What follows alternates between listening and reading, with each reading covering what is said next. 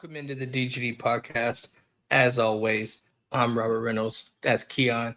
We're joined by my man, Star Wars Dog. What is going on, gentlemen? How is everyone doing? It's a great evening. Great Monday. Exciting weekend for us Dogs fans, for sure. That it is. We'll switch Most back. definitely. Anyways, guys, the Dogs host the Vols and whoop up on them 31-17. What a win. What a win. did. A lot to take away. A lot to take away from this, by the way. A lot to take away. First things first, let's start with this. Star Wars, let's talk with this. First things first, overall, what was your key takeaway? Like, what was your overall takeaway feelings after the game? Feelings after the game was relief in abundance. It for sure, going into the game, I was very nervous, very hesitant because I didn't know I could trust this team. I still don't know if I could trust this team. But we've seen in other games this year that if the certain team that we're hoping for shows up, we have the ability to beat anyone. But it's no guarantee,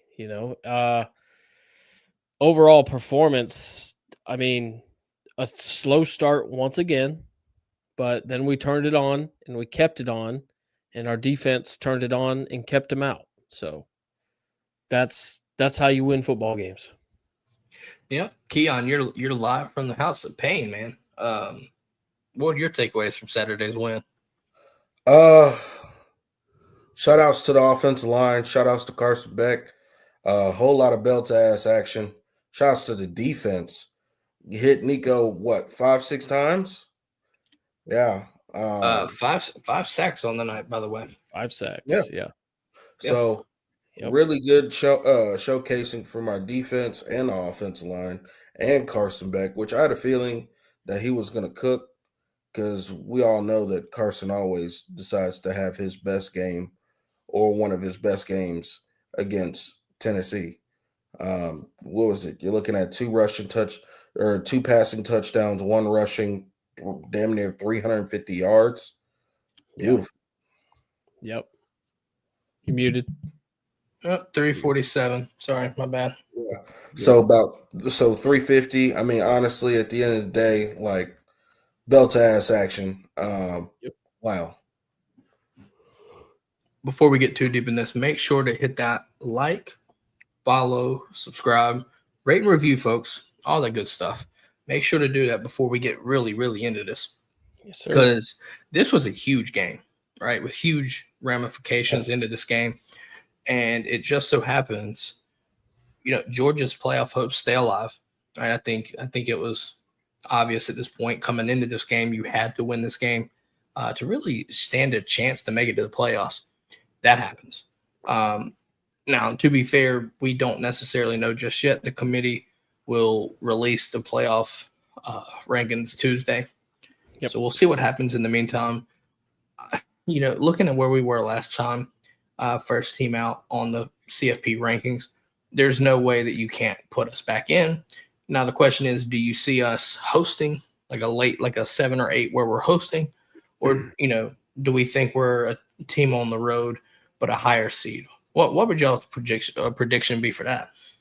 I think we're definitely hosting. After the showcasing of what we just put out there, we beat Tennessee's ass. Like, there's no way around that. So, if the committee is being honest with themselves, this team gets firing, man. Hard to beat. Also, you talked about it, man. The environment there, the blackout, fireworks was actually awesome to see too. Finally, I was about to say from a TV perspective, it was cool as shit to see. Yeah. Obviously the Georgia social accounts and everything posted everything up, and it's just like, yeah, that would have been cool as shit. You know what I'm saying? Mm-hmm.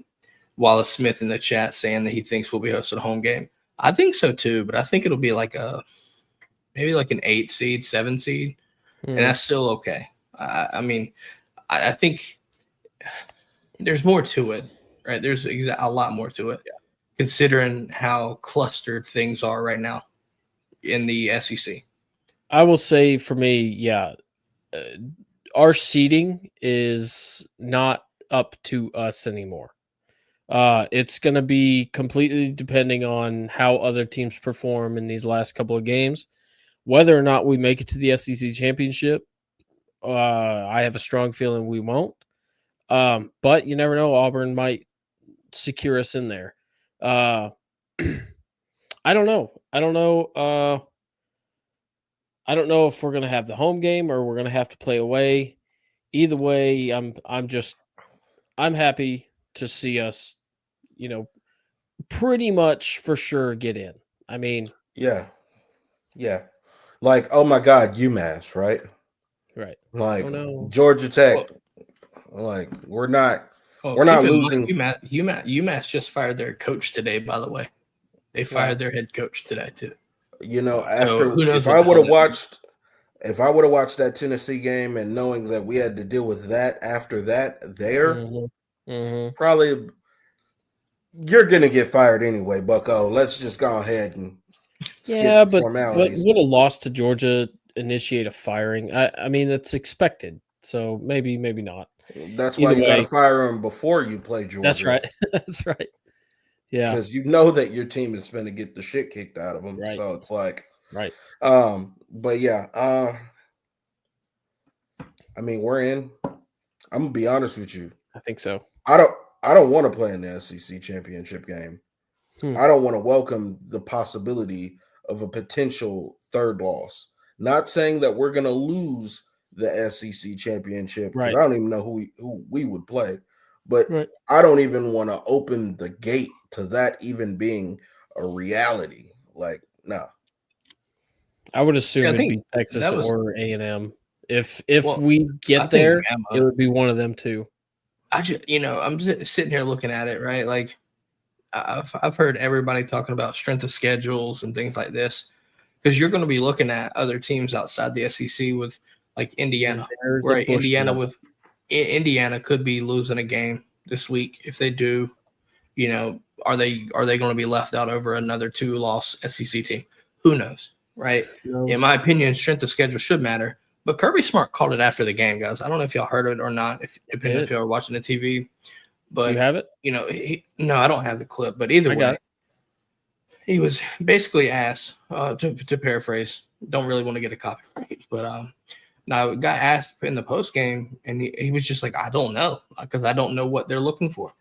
And this is the second week that we've seen that happen. So it's very interesting to see, like do we really know what's going on? Oh, here we go. We'll pull this up. Yeah. Hang on. Sorry. Yeah, see, I based off what he said right there, people took it as a shot to the committee for a second week in a row. Do y'all agree that that's a shot, or do you think it's something else? I think it's something else. Yeah. We've seen, like, you're looking at Indiana right now, and their strength of schedule is absolute ass.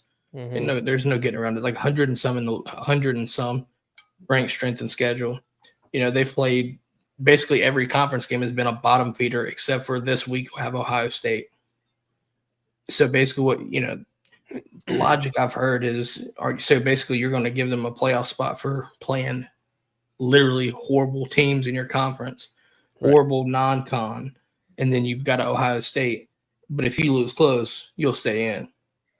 You see what I'm saying? Like, what kind of incentivization would that be when you've got a plethora of SEC teams that are all 2 losses that have played through the gauntlet, right? Yeah. Georgia, obviously, Tennessee, you could say has played a good schedule too.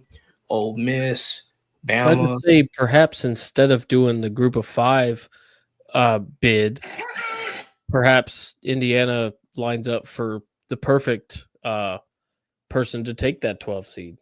Like, okay, you lost your big game, right? But instead of rewarding a group of 5 team that also plays subpar competition most of their season, I mean, it's going to invoke controversy regardless. So, I don't know, man. hopefully it cleans itself up a little bit, but the committee is going to have their backs against a wall and have very tough choices yet again. Of course, they thought they were going to get away from having to make those kind of choices, but we're not making it easy for them right now. I mean, college football as a whole isn't. Yeah, man, I don't know about y'all. Started off the game first quarter.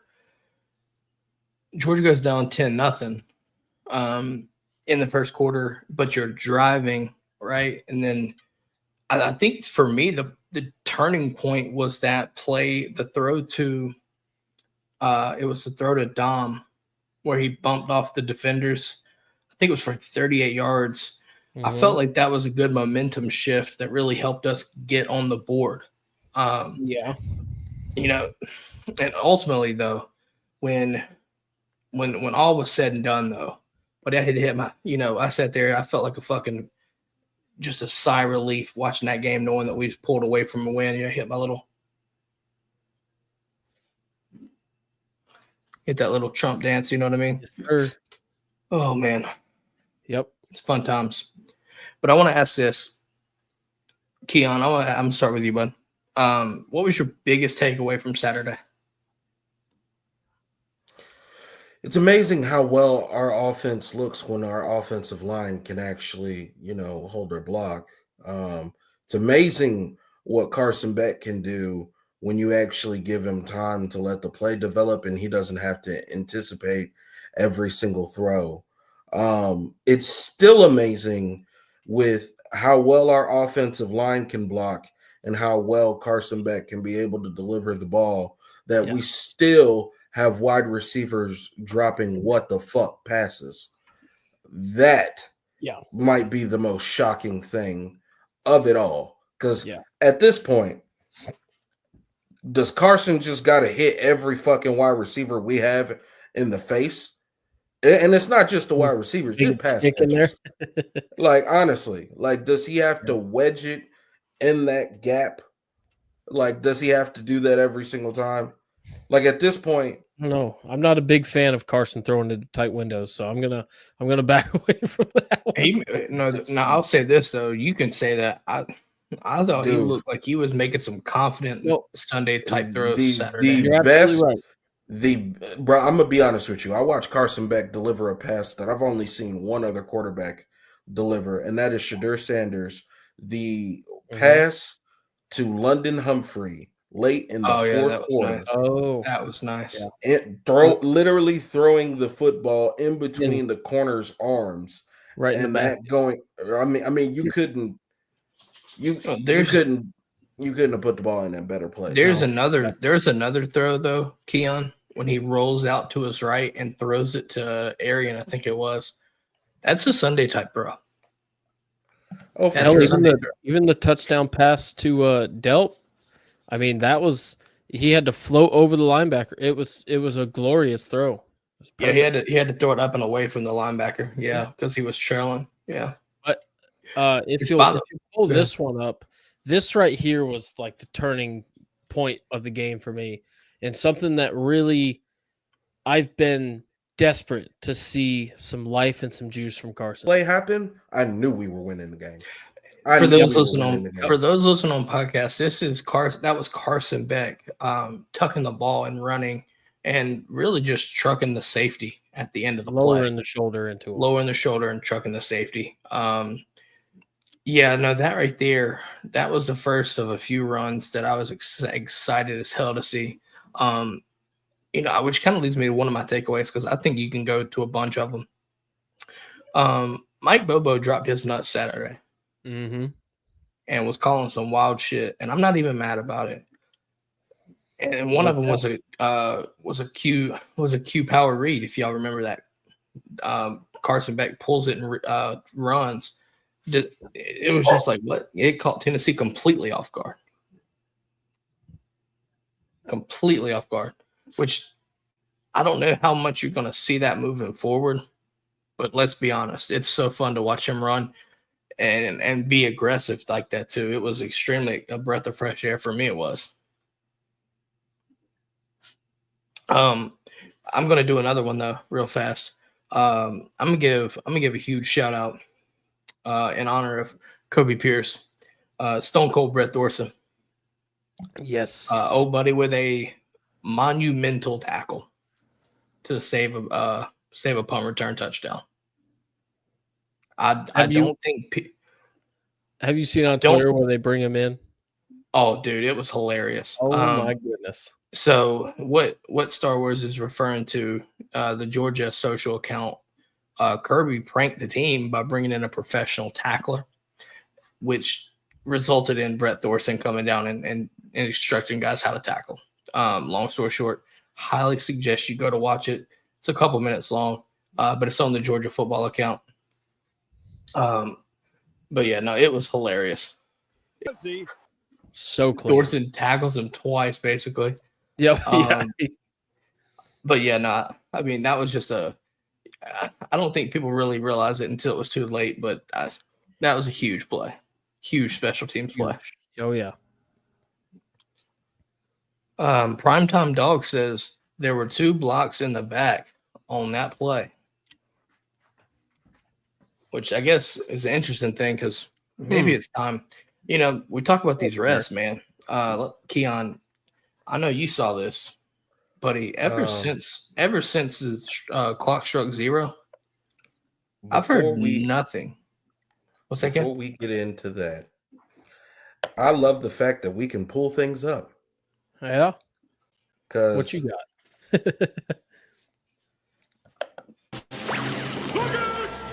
at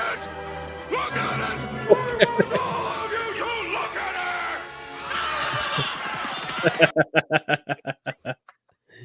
Glorious. The internet's undefeated. No, I really love StreamYard. This might be the because this is, you know, and Star Wars Dog, you might not understand where I'm coming from with this. I make sports content my damn self. So now StreamYard has now brought us a way for us to bring that to the podcast live. Oh, yes, live. Sir. Yep. I just pulled that from Twitter. So shout outs to the Georgia fan base. I don't even know who I pulled it from. So credit to anonymous sender. Yes. Honestly, I think it might be 704 Dog. And if that's the case, shout outs to 704 Dog. Yeah. Wonderful edit. Love that. I'm gonna make one my damn self. But holy shit, this app is crazy. Oh yeah. Man, I'm letting it be known right now. Ever since the clock struck 0 and the game was final, I've heard nothing but complaining and crying about the refs. Which leads us to a special segment just for tonight. And it's called Blame the Refs. Blame the refs for your vaunted pass rush defense to give Carson Beck 5 seconds. 5. Count them Mississippi style. 5 Mississippis on a 3rd and 10 or so to get it to Arian Smith to extend the drive and ultimately go down there and score. I digress, though. Blame the refs. I mean, yet again, I spent all season listening to Vol fans hype up James Pierce and how he's the best edge rusher in the conference. So blame him for going missing and y'all losing. Blame the refs, folks. Yeah, that's the refs. Yeah. He was getting held apparently. Also, blame the refs. Blame the refs for how many times Nico kept getting sacked. I mean, 100%. Unnecessary, Keon. It's unnecessary. I like to point out, since the second quarter, Georgia didn't allow a single point from that Tennessee offense. And for that, we can blame the refs. You got to blame the refs. Also, blame the refs for 11 explosive plays or plays over 20 yards for Georgia compared to 1 for Tennessee. Blame the refs on that. Blame the refs for the non-fumble, but Tennessee fans swear it's a fumble even though he didn't take 2 steps or make a football move. So I guess blame the refs. Indeed. Blame the refs for Tennessee was a bit fans on the not nose. knowing how to read a rule book, understanding that one person on offense can be in motion, a quarterback can be in motion, and it not be a false start, But anyways, just blame the refs. Got to blame the refs. You can't blame no one Blame else. blame the refs for 8 straight losses when the fact that you can't even score more than 17 points against Georgia. Blame the fucking refs for that. Now, correct me if I'm wrong. Is it 7 with Heupel and 8 total with Tennessee? No, it's 3 with Heupel and then 5 prior. Oh yeah. So by the way, what that means is if you've been on campus and you've gotten like your master's, your doctorate, even 9 times out of 10, you ain't seen y'all beat us. I'll blame the refs for that. Here you go. Blame the refs for Nico throwing the ball high on the dig across the middle. Blame the refs for Square White thinking he has to jump for every damn pass. Blame the refs for allowing Georgia to get more than 20 points when you haven't given up 20 for the remainder of the season to this point. Blame the refs for only ever being able to score 17 points against Georgia's defense. Ever. Oof, buddy, there's a lot of crying. You know what? We talked about Brett Thorson getting that wonderful tackle, but I think a moment of silence for how many years is it now since Georgia has not allowed a single yard in a punt return? I know he didn't give up any last year. He didn't give up much this 5 year. years. Maybe. But yeah. I suppose. Moment of silence for that one. That's an unfortunate stat. Maybe we can get some tackles for loss on a on a punt return and kind of clear that up. Oh, by the way, I watched Tennessee's edge rushers take their best stunts to try to get to Carson Beck. And the offensive line passed that shit off like nobody's business. But that's not a blame the ref moment. This is a blame the ref moment. Blame Jared Wilson for choke slamming one of your players down like The Undertaker. If you don't know, just go back and watch. I'm going to blame the refs on that. No, the way how his head bounced off the ground like one of those those red gym balls, man, blame the refs. Buddy looked like he hit a nether realm, almost like the antithesis to the Mortal Kombat game. Whoopsies! Except he went down instead of up. But blame the refs on that too. That's the big word of the day right there. Antithesis. Hell yeah. Good stuff. That's good stuff. Anyways, I think we've done enough blaming on the refs for now. I'm sure we'll find something else. Somebody will come up with something. In the meantime, I do want to kind of stay on the offensive line, though. Monroe Freeling played an excellent freaking game. Man, I thought throughout the game, excellent game. I think from a coaching front, the positioning and the plugging that we did in this game was just chef's kiss. I mean, you got what did Xavier Truss do? Holding, right? Just one holding call. That's like the one discrepancy from our offensive line. And other than that, dude, they weren't the greatest for run blocking, but for pass pro, lights out. Wait a minute, I forgot. Something just came up. I watched Monroe Freeling on a play or two just body James Pierce. I'm going to blame the rest on that too. There you go. Yeah. No, I think going back to it, though, I do think he adds that extra length that we feel like we've been missing at the left tackle position. And honestly, though, Georgia played 5 linemen and didn't rotate anything out. And I think we saw the cohesion and the chemistry of those guys. Yep. continuity just develop over time because they felt confident. Like anything they threw at them, they felt confident because they saw it all. And that was something that I really enjoyed seeing. Mm-hmm. No, I agree. What's that? Terry Holland bringing up or Tyree. Blame the rest. Blame the rest like a LeBron James flop. Did y'all see that in the beginning of the game? Our Georgia player do the flop. Mm-hmm. That's a technical foul right there. I was thinking he was going to get the call too. Blame the refs. Oh, it was so funny. The ref said, "Get the hell up! What are you doing?" Oh, hold on, wait a minute. Blame the refs for Arian Smith basically punching that dude right in the fucking throat after he got his leg grabbed on me. It's like he's about to do the figure four. Didn't call it though, so I guess we need to blame the refs for that. Got to blame the refs. Yeah, you're going to see a recurring theme throughout the show, folks. A little bit. Tennessee fans might not be happy. They might cry and blame the refs for us doing the blame the refs. Just as simple as that. Yes, sir. Yes, sir. But no, I do want to get back to it though. Now moving forward, it was just I guess it reported that Ernest Green had been playing hurt. But I'm still looking at it in a sense of I think I like the 5 that we've played with for Saturday. And I feel like moving forward, we should keep that. Do y'all agree, or do you think we should give Ernest more? I agree. 100% agree. Ernest Green needs to go back to the drawing board for a little bit.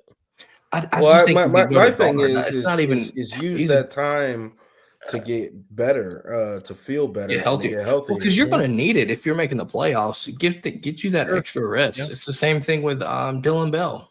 Mm-hmm. I called him as my impact player for the game. All but had that touchdown, but then got rolled up. Yeah. And, maybe I should blame the rest for them hurting Dylan Bell. I'm gonna blame the rest on that because that shit look nasty. Can we have a real conversation, man? Nitro Tuggle. Yes, sir. Let's talk about that. I think that's a good transition. Holy shit! It felt like first off, you have the ultimate wide receiver name, Nitro. Gotta love it. Tuggle almost sounds like touchdowns. So yeah, that's how my English works. Yeah, Nitro touchdowns. Let's make them. Let's make them fast. Like it was meant to be. Nitro. We had quite a few freshmen. Nitro Tutty. There you go. Or Saturday. We had quite a few boys step up.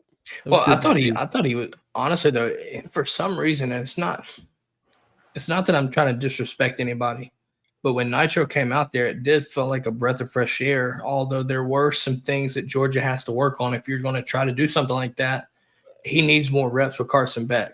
But I felt like he was able to take the top off and get on top of, catch up and get on top of the DBs and get past them. You know what I mean? And I think that's something that we've been really missing to this point. Man, him coming out there, balling out the way that he did, showcasing his skill set early and being able to make a difference. And then you finally really see it. He's like a bigger area, he's like a bigger A.D. Mitchell, honestly. I like his build. I do think you see him getting involved more throughout these last 2 games for sure. Even into the playoffs, I think you start to see him get utilized. Yeah, I want to see. I think you have to. I want to see some more of him and Sokovie White, Anthony Evans. I think he only got a couple of reps though, too, right? Who? Tuggle. Yeah, absolutely. There's only a few, but it felt like a breath of fresh air when you see him out there. It's like, oh, 100%. Yes. I think another thing I want to bring up too was the tight ends finally had their kind of coming out game. Jurasic looked good. Yes. Lucky looked good. Delp looked amazing with 2 touchdowns. Finally, and if y'all noticed, Delp looked fast, especially compared to previous games. He looked because he was cooking past DBs. Yeah. Oh yeah. When he hit that down the sideline, he took the DB on that one. No, I'm not gonna lie. Oscar Delp had his Brock Bowers game, and I don't know if anybody said it yet, but I will. Hi, Mary. Your son definitely put on the best Brock Bowers impression we've seen this season. Honestly, because bro, it was what the fuck catches. Like I didn't expect. Bro, some of them catches was kind of crazy. I'm not gonna lie. The one falling to the back of the end zone. I felt like he was gonna catch that. It was just gonna be a matter of, are the feet in bounds? You know what I mean? Like, because both touchdowns were in the back of the end zone. Well, the second one was definitely in the back of the heading. end zone. The first one was in the middle. I think the second one was him damn near falling out of the end zone. Falling out of the back of the end zone. No, the second one was the Y leak. No. You're right. Well, it was the first one. The first one kind of made me. The first one was where he had to where Beck layered it up and away. Down the little. I felt like he was gonna catch that pass. Yeah, my thing was I felt like he was gonna catch that pass. Didn't know if his feet was gonna be in bounds, and then just hit him. Honestly, he just chose to be, the better athlete at that point, and just got up there and got that ball, got the feet in, and I'm like, holy shit. We are going to beat the hell out of these guys. Yeah, man. Between that and Carson Beck trucking a DB, I was like, this is about to get nasty. I'm surprised there wasn't any unnecessary reference of Carson Beck for trucking that safety. His head snapped back if you watch that. Yeah. Surprised there wasn't I'm blaming the refs. They didn't call a flag on that. Gotta blame the refs. Here you go. Here's the longest yard. He's a quarterback. Also, since we here, Carson, shut your ass up. Oh, I used to be a dual threat in high school. Yeah, man, come on, man. Yeah. All right, man. All right, you're not Cam Newton out here, okay? Hey, ain't nobody comparing him to Cam Newton. You out here, you see him in the post game. You see him in the post game. He was like, "Well, I was a dual threat in high school. That was." Let him have the moment. Let him have the moment. Come on, let's reel it in. But yeah, if you want, Rob, I got Delp's second touchdown. Here you go. So this one is off the truck sweep. The fake truck sweep here. Play call back to it, by the way, too. Awareness by him, too. Now, this is on Bobo, too. I want to understand this because they lined up in the same personnel where the tackle came over, where Monroe Fridling was off the ball. Last week, we did that, and then we did a truck to the end zone for that, right? We saved this play specifically for that same situation. Get down in the red zone, fake the truck, and then throw it under the leak to Delp.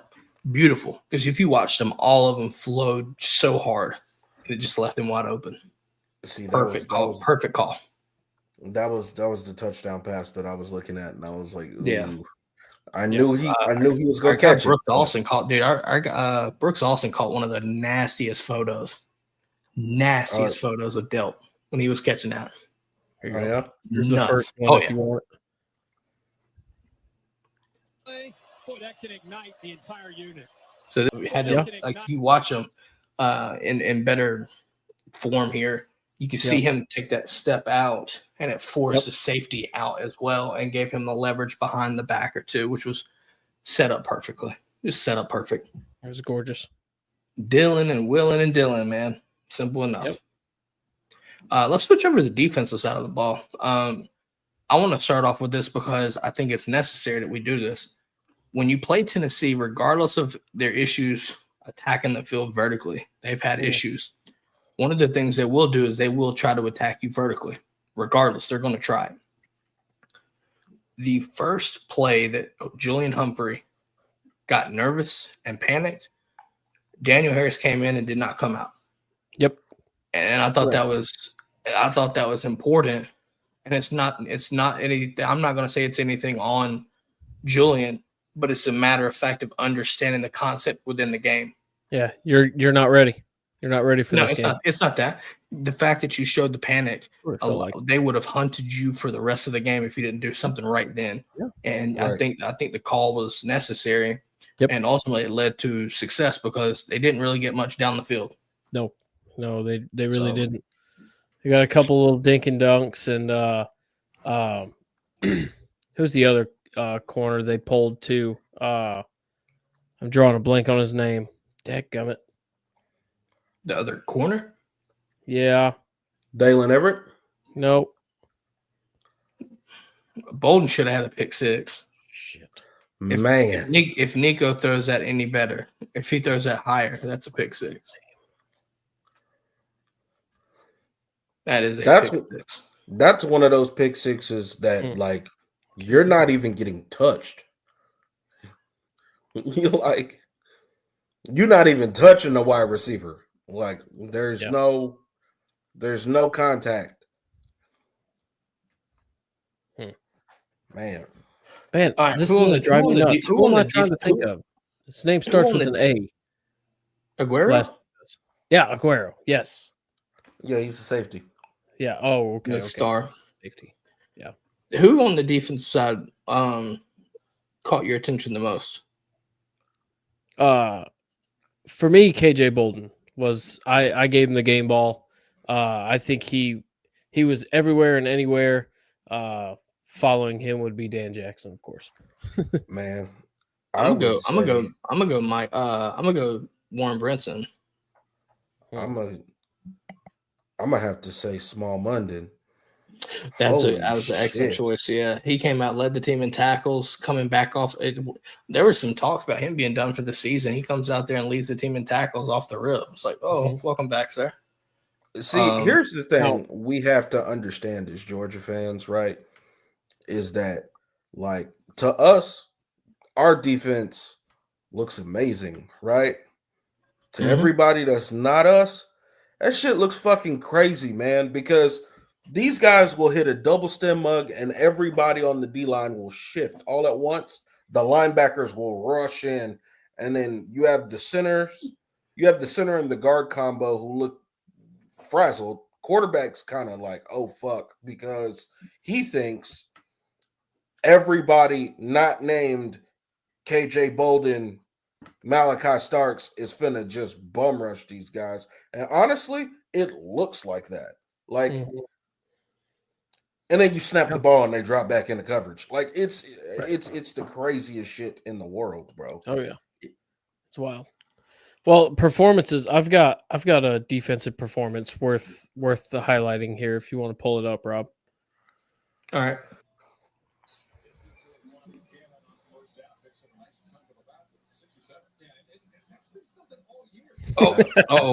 Blame. Gotta blame him for that one. I love that stuff. That's so funny on that. It's so funny to me. I think I want to let it be known, Keon. I said this to you earlier over the weekend. I just want to let it be known jaywalking was created Saturday. And if you don't know what I mean by jaywalking, Jalen Walker, I guess mocks Lance Hurd when he false starts on the 4th and 6. And it was just a thing of beauty. My man had a nice kick step, right, and everything, right? Just it was beautiful. Nah, that kick step was aggressive. I'm like, oh shit, you could have actually. I think you could have took on the outside speed rush on that one. Man, my man had a purpose, hand out and everything. I was like, sign him up. Sign him all up. Right. You gained about a good 40, 50 pounds, man. This might be it. I know now that I said this, I need to go back to the offensive side of the ball. I thought we made a small adjustment and watch him. And I'm going to give a shout out to Brooks also for calling this out. And I thought it was a perfect thing that you really don't pay attention to until you watch the tape. So I highly suggest you go check Brooks Olsen out as well on his YouTube and his film studies. Absolutely. Shut up and grind the tape. Absolutely. The offensive line on specific plays, specific downs, widen their splits, right? He talked about widening the splits. And for those that might not know, it's just basically your offensive line alignment, your gap in between guard, tackle, center, and everything. They widened out a little bit, right, on specific plays. Tennessee's playing wide nines, right? So 9 techniques, which is way outside, right? So one of the ways to even make it harder for those 9 techs to get to the quarterback is to spread out a half a yard, right? Give yourself more, widen your split. And doing that by about a half a yard basically eradicated any type of pressure because they didn't have the time to get there. And it made it easier for you to pass off stunts, things like that. And I think that's another testament to how that helped the adjustment that helped protection all night. So got to give shout out to Brooks there for that. Man, I mean, this offense had a hell of a showcasing, man. And honestly, I hope it stays. You really, and outside of that touchdown run, though, too, defensively, you really didn't allow any explosive plays. I think the only explosive play was that Dylan Sampson touchdown. That was it. Yeah. No, we really shut their shit down for real. And that was the biggest thing for me. I wanted Tennessee fans to walk away from this game with no silver lining, no signs of happiness, and nothing but pain and heartbreak and sorrow. All of that plus blame the refs.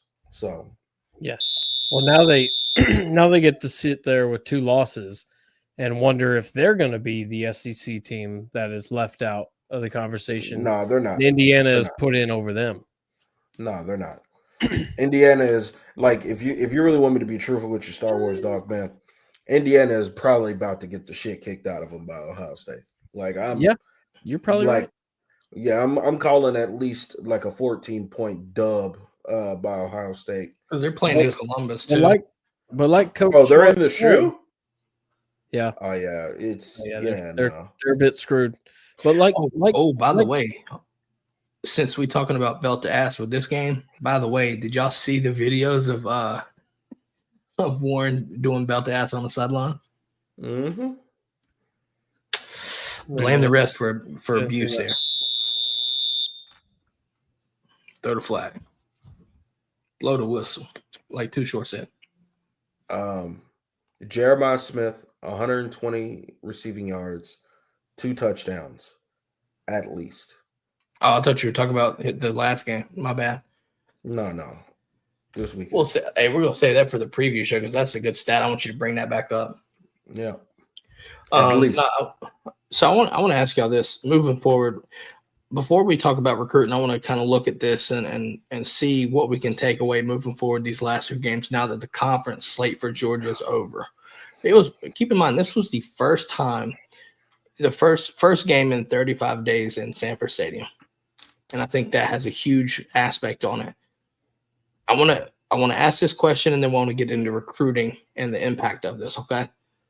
Mm-hmm. From Keon, you've been to Athens and everything. From what you saw on TV, the fireworks, and Kobe was there. So, and I've had discussions with him. The game day operations seem to have taken a step up, and that can only mean, better things, right? Like, I want to see the fireworks become a more common staple. I think that is awesome as shit. Man, I'm not gonna lie to you. It really, I mean, I'm happy for the people. I'm happy that we got to watch this shit. It kind of hurt me because I had an opportunity to go to the game and I was like, nah, I just want to be, you know what I'm saying? Because if things go left, I'm gonna get arrested, and then it's like, because I'm gonna punch one Tennessee fan straight in their shit. So, but and then to see it all unfold the way that it did, I'm like, oh, so the one time I get handed free tickets and I don't go, we just start doing shit we ain't never did before. Copy. All right. So, but it was beautiful. It looked beautiful. I wish I would have went, and I'm really jealous of everybody who was there, honestly. That shit looked amazing. And hopefully it does become a more common theme because UMass, okay, let's not South Carolina this, all right, Josh Brooks, let's make sure we got enough fireworks because we're finna hang 100 on these guys. Yep.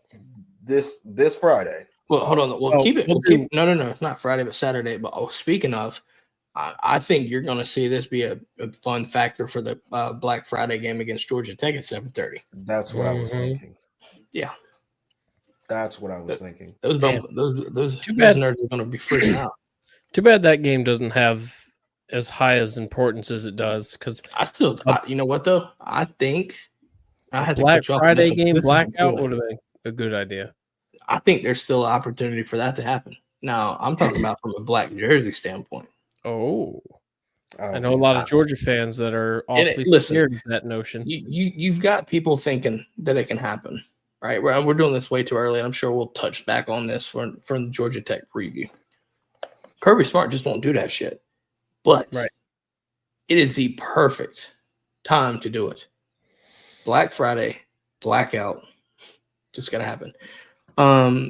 Armando in the chat saying, do we think that we'll wear the black jerseys this Saturday against UMass? Absolutely not. If he did, that'd be diabolical. If he did, it would be bad. I don't see it happening though. I think you come out there in red and you just beat the fuck out of UMass. I'm not even gonna say beat the fuck out of them, because I think you just go out there and win, and then you get ready for Black Friday. I think you go out there and win. You run the ball. You run the clock out. You beat their ass. You hand them a check. You say thank you. You open the door. They leave. It's what it should be. Don't tell that to Notre Dame and Northern Illinois, but I digress. Holy shit. Yeah, you can't. I still can't believe that bullshit happened. Hold on. Wait a minute. I think I got to blame the refs for doing that kind of a callback. Blame the refs on that too. Yeah, it's definitely a 15-yard penalty on sportsmanlike conduct. Yeah. By the way, we talked about the blackouts and everything. Keep in mind, folks, the show is brought to you by our friends over at Alumni Hall. And guess what? Our friends over at Alumni Hall got all the black jerseys.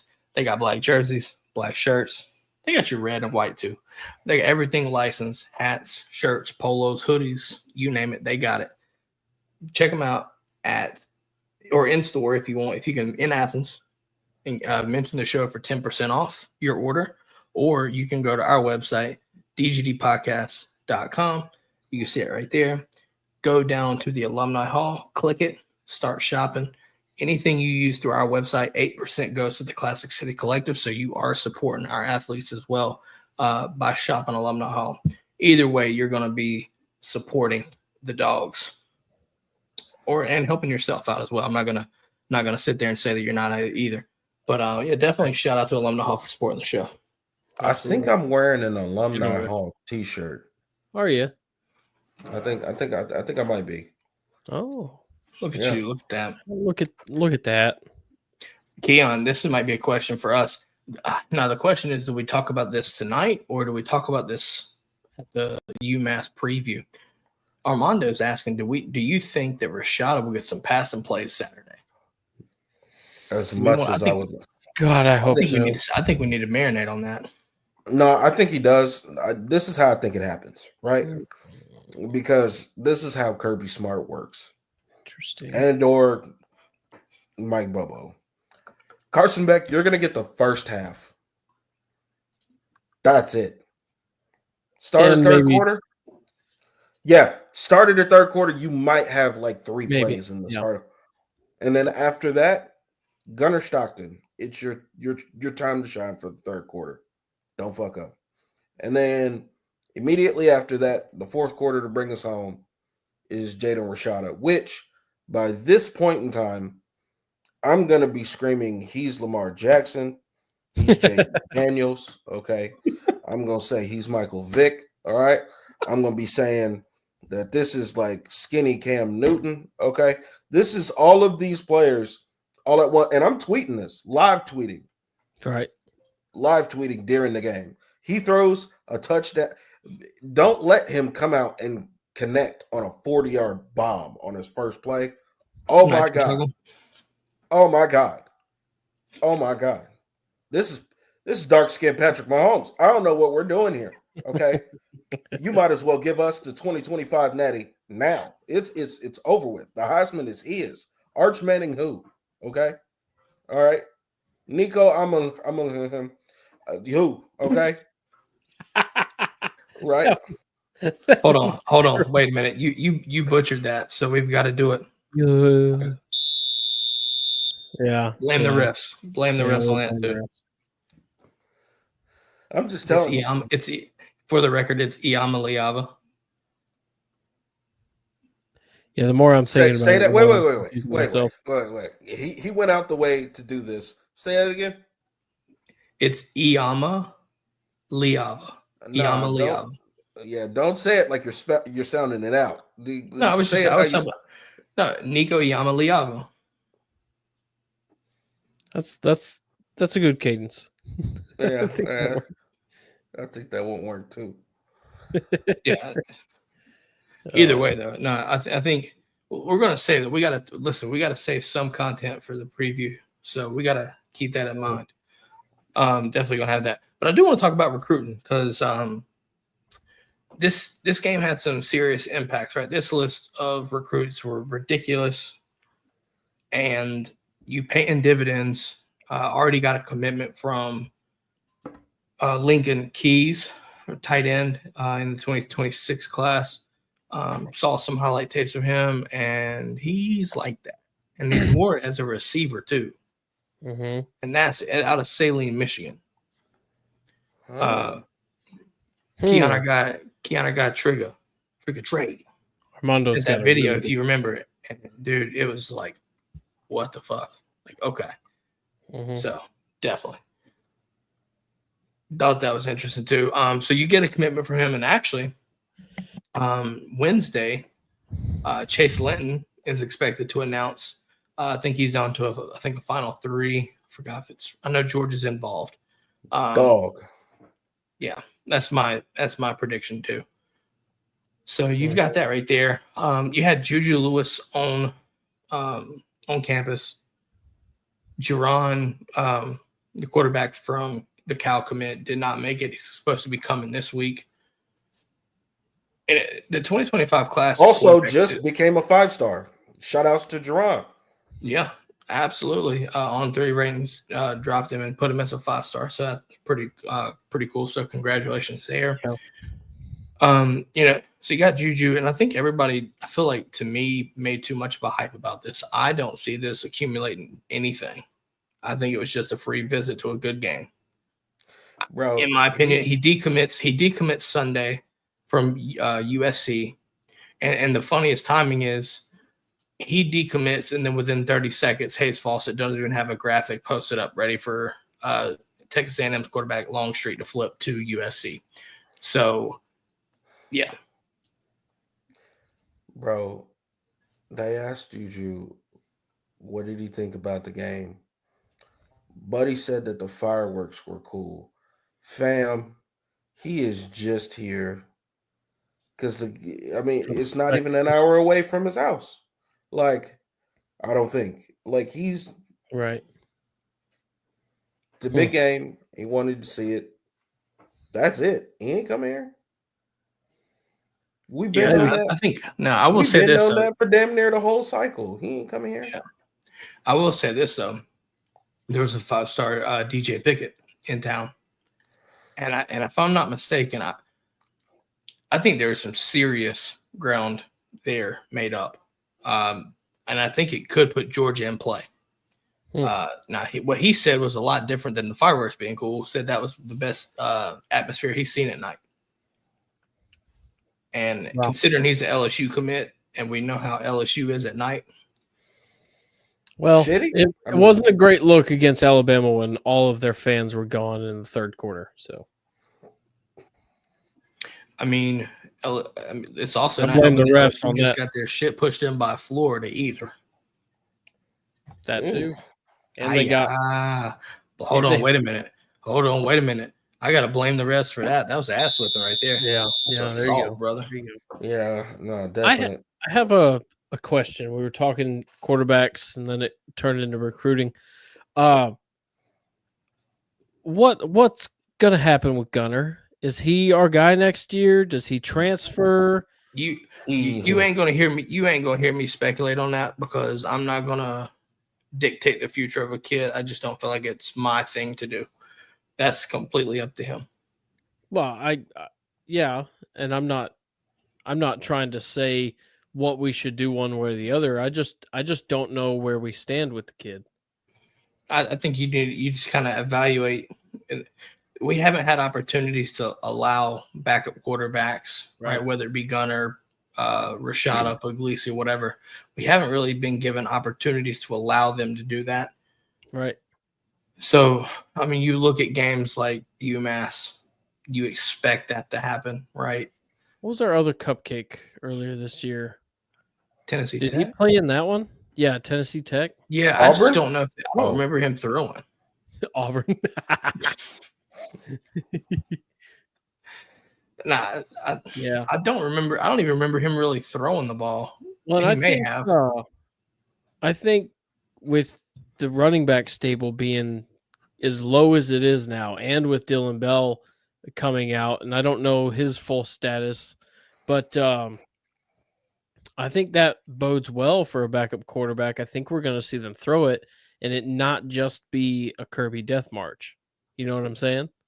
Like, I think they're still going to have to throw the ball and not just hand it off, like we've seen in years past. Now, sometimes the games allow Bobo to allow the second string to do what they do, but I think the running back stable being depleted like it is, maybe we see more passes out of the Young Bucks.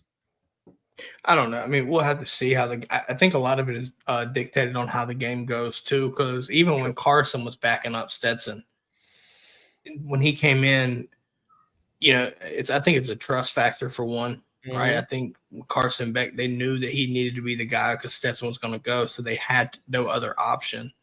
Right. I think the same rule applies here this season, but the question, or I would say the factor that's dictated this has been the fact that we've played closer games and not allowed backups to really play as much as we would expect or like.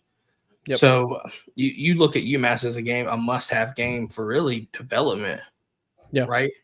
Because you've got a bunch of freshmen, right? Like, just kind of a spoiler alert here, but I'm not going to go too far into the weeds. I'm expecting a absolute metric fuck ton of kids to play Saturday against UMass. Rotation, and it's more so to the point where it's more so telling if you don't play. I'm gonna leave it there. I'm gonna leave that there. But yeah, okay. But yeah, no, I'm not gonna necessarily go about it. Yeah, I feel like you have an opinion on that, but you're biting your tongue a little. I knew it. Well, but yeah, I guess. But no, so you had the list of recruits though, man. Tyler Atkinson was in town.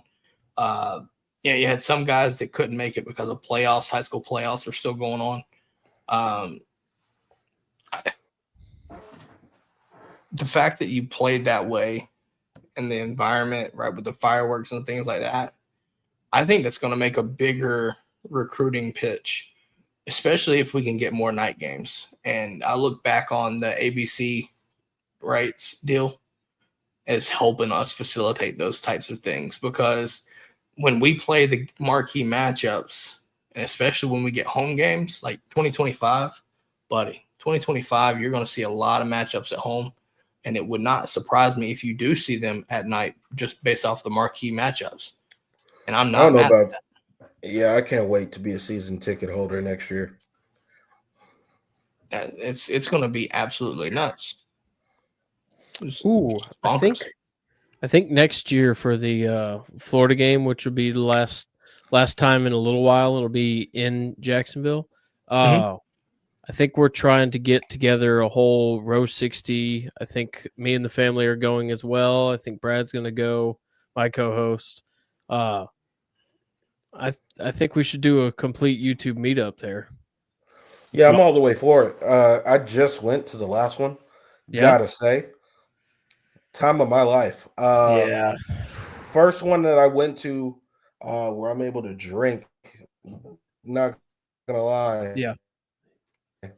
Pretty good. The alcohol was flowing immediately. I said the DoubleTree. Ooh. Absolutely loved it. Shout outs to them. Well, and this is a little more off air, but if we were interested, we could all do a Airbnb down there. And also down with that idea as well. It's just that I'd noticed how bad traffic was. Like, it was horrible. Uber to the game, Uber back. I want to pose this question. To y'all too. This just crossed my head, and it made me think. I've seen a lot of kids from this game that visited. Right, you had Ekanag Boko up here, Noah Clark from up here, just a couple of North Carolina kids, tons of Georgia kids. Right, there's a list of kids from all over the country. But most of the things that I saw, they put the fireworks in it. And I think that can be, like I said, the fireworks display is going to be a huge factor. Because, like, you look at other teams, like when we go to Neyland, that shit's popping off. Y'all know that. I've seen it. Oh, yeah. They'll shoot off the fireworks, and it's awesome to look at. It's awesome as fuck to look at. So now that Georgia's got them, hey, we got the budget for it. Make that shit flow, Josh Brooks. Keep it coming. But keep it coming. What about the drone show? Because that was like the coolest freaking thing that Texas has done. That was way better than any fireworks. And the drones had fireworks on them. Like, dude, you were there for that. What were your thoughts on the drone show at Texas? I thought it was pretty cool, but then again, I was also pretty drunk by that time frame. So, yes, sir. The lights had lights. Glasses were on, sir. Man, and I'm gonna tell you, I had the best smoked brisket sandwich that I would have never thought I would have got at a football game. That smoked brisket's gonna stick with me forever. I'm not. Like the shoulders right here, sticking on me. Yes, sir. Yes, sir. I heard brisket. You made me had to do my dance, man. Man, that was good. Wait a minute. Hold on. Keon. You talk about that brisket sandwich, made me hungry. I gotta blame the refs. Gotta blame the refs. Gotta blame the refs. Gotta blame them, baby. Blame the fucking refs on that one. Guys, before we wrap this thing up, man, any final takeaways from this game? Any final thoughts? Finally, now that we got this Tennessee game to bed, conference play is put to bed for the season as well. Well, for now, regular season conference play. Right. I finally can breathe a sigh of relief, at least until December. Whether we play in the SEC championship or not. And I think you wanted to touch on that too.